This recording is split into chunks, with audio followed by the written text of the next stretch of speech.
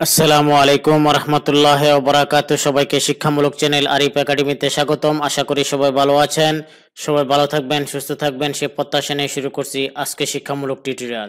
আজকে শিক্ষামূলক টিউটোরিয়ালে আমরা যেটি শিখব বা জানবো সেটি হলো ফাইল কি।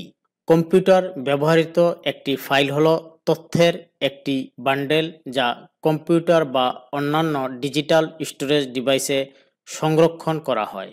এক একটি ফাইলে এক এক ধরনের তথ্য থাকতে পারে, যেমন টেক্সট, ছবি, অডিও, ভিডিও বা প্রোগ্রাম, কোড ইত্যাদি।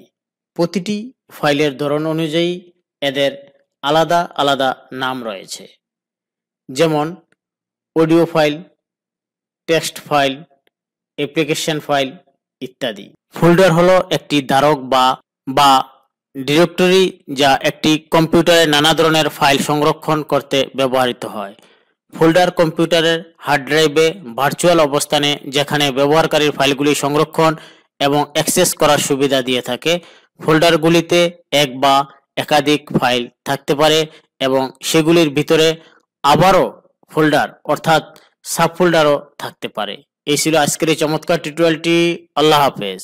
আমার এই ছোট শিক্ষামূলক ভিডিওগুলো ভালো লাগলে দয়া করে অন্যের সাথে শেয়ার করতে ভুলবেন না।